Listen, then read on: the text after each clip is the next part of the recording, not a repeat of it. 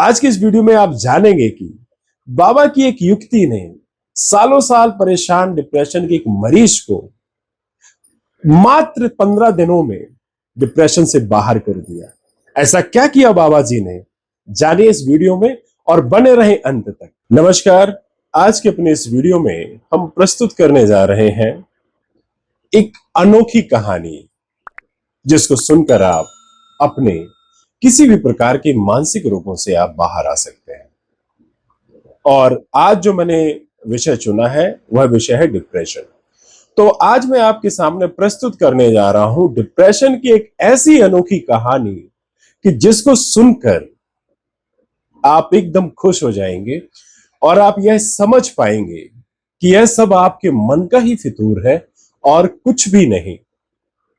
हालांकि आजकल का जो जमाना चल रहा है, हर व्यक्ति अपने आप को डिप्रेशन का शिकार समझ रहा है और कहीं ना कहीं अपने आप से या दूसरों से यह बोलता हुआ पाया जाता है कि वह डिप्रेशन का शिकार है और डिप्रेशन की वह मेडिसिन ले रहा है। लेकिन अगर आज यह आप कहानी सुनते हैं तो यकीनन आप अपने डिप्रेशन से बाहर आ जाएंगे और हो सकता है कि आप जो भी मेडिसिन ले रहे हो डिप्रेशन से निपटने की, आप उनको भी छोड़ पाएं और नेचुरल तरीके से धीरे धीरे करके आप डिप्रेशन से बाहर आ जाएं।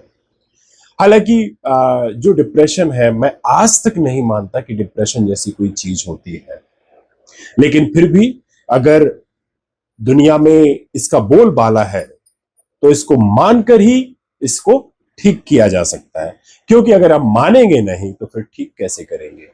तो कहानी शुरुआत होती है कुछ इस तरह से कि मैं जब बालक था, जब मैं छोटा था, तो मुझे नहीं पता रहता था कि, या हो सकता है किसी को भी पता ना रहे, क्योंकि जब वह बच्चा रहता है, वो बालक होता है, तो उसको कैसे किसी भी चीज के बारे में पता हो सकता है। तो जब मैं बालक था, बच्चा था, तो मेरे एक पड़ोस में ही एक आदमी रहते थे और वह काफी अमीर थे और वह कुछ करते धरते नहीं थे, बस ऐसे खाली पीली पड़े रहते थे।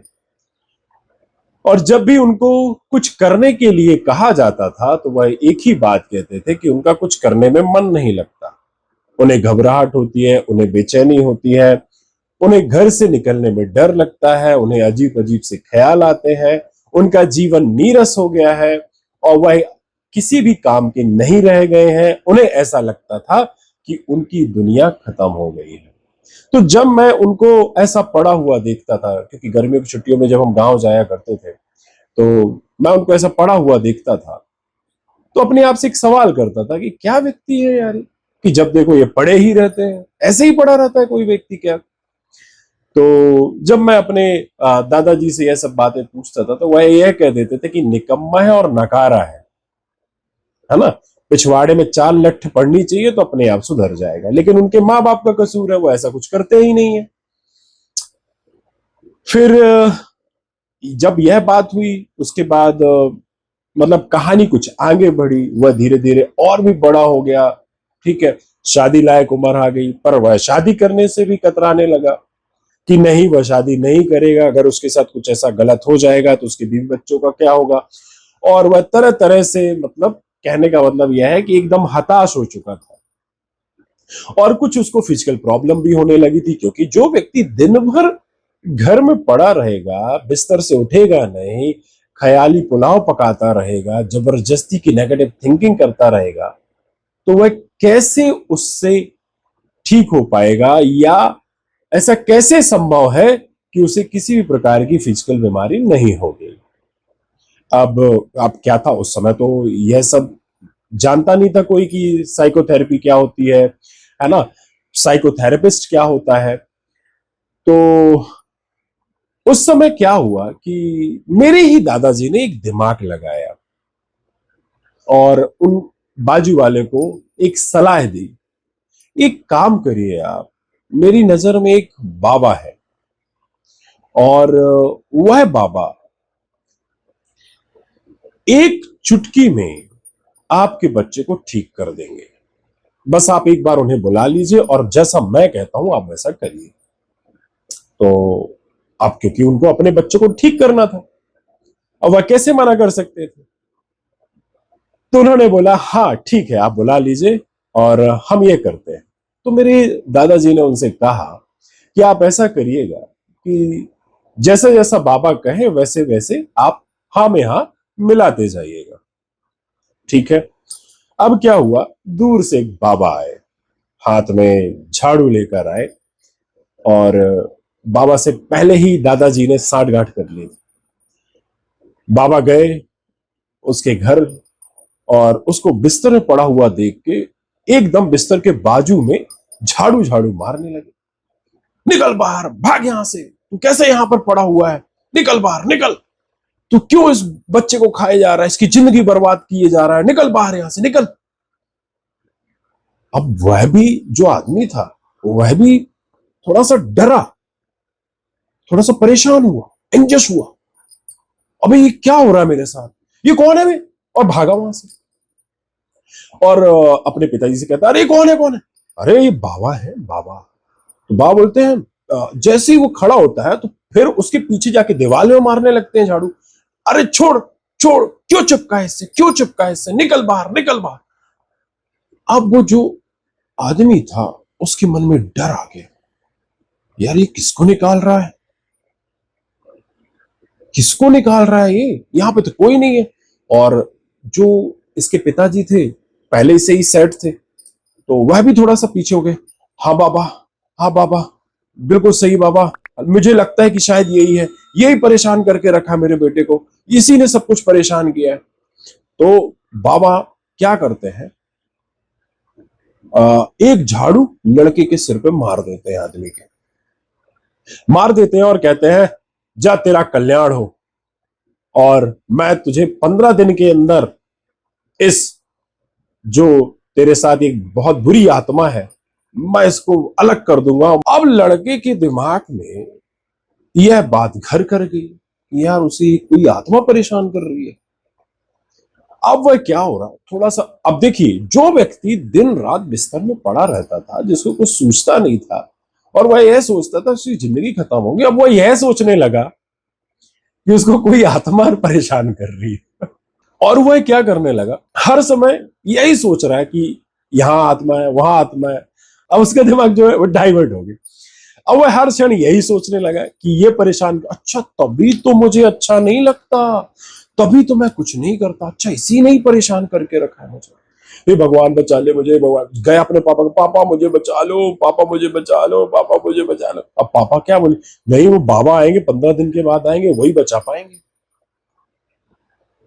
अब वह गिनने लगा दिन, अब काहे का डिप्रेशन, काहे का अब उसे एंजाइटी हो गई, उसको पैनिक अटैक्स आने लगे, अब वह हर समय परेशान रहने लगा। अब और स्थिर कहीं नहीं बैठ रहा है, अब वो कहीं खेत में घूमने जा रहा है, कहीं यहां जा रहा है, कहीं लोगों के पास बैठ रहा है, अकेले रह ही नहीं रहा है।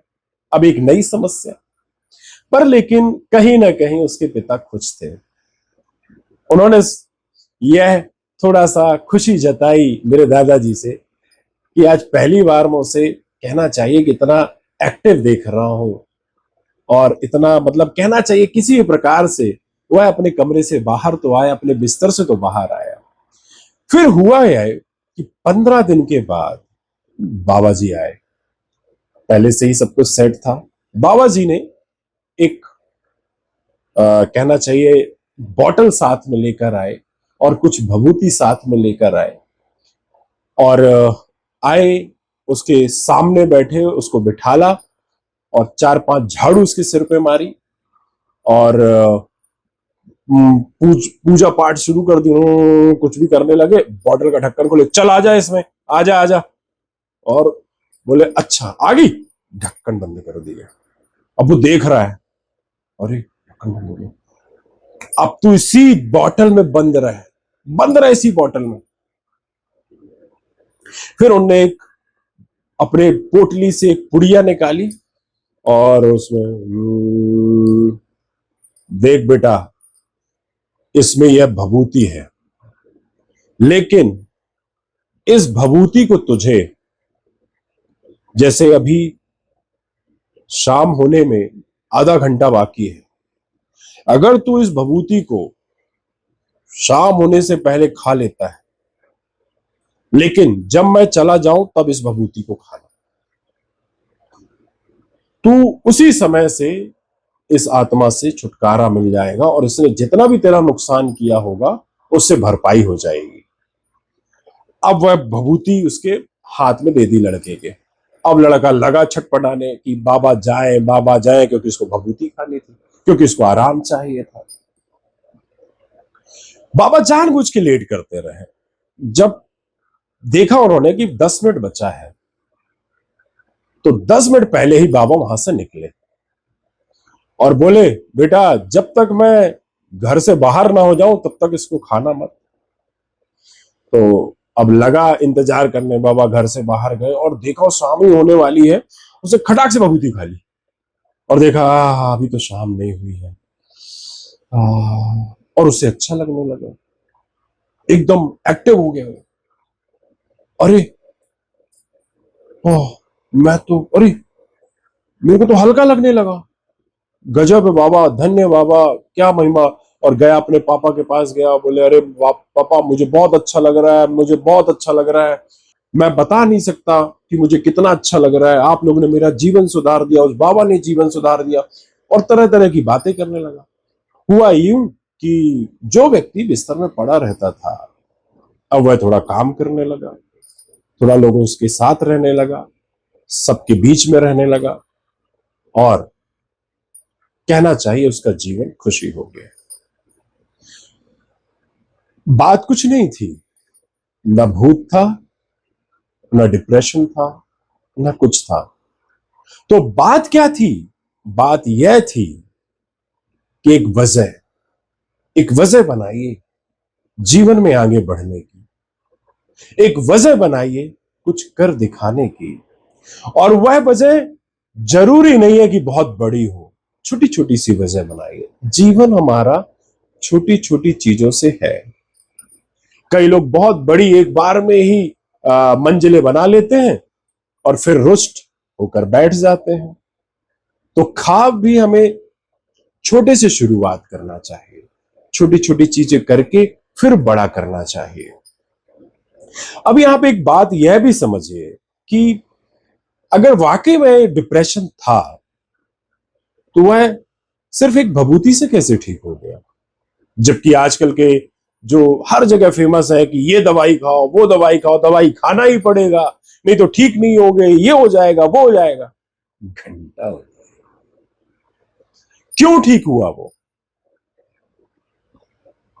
क्योंकि उसे ठीक होना था। वहां पर उसके मन में डर आ गया था कि किसी आत्मा ने उस पर कब्जा करके रखा था, और उस आत्मा से छुटकारे के लिए वह बेतहाशा मेहनत करने लगा, परेशान होने लगा। और जब बाबा ने अपनी टेक्निक लड़ाई,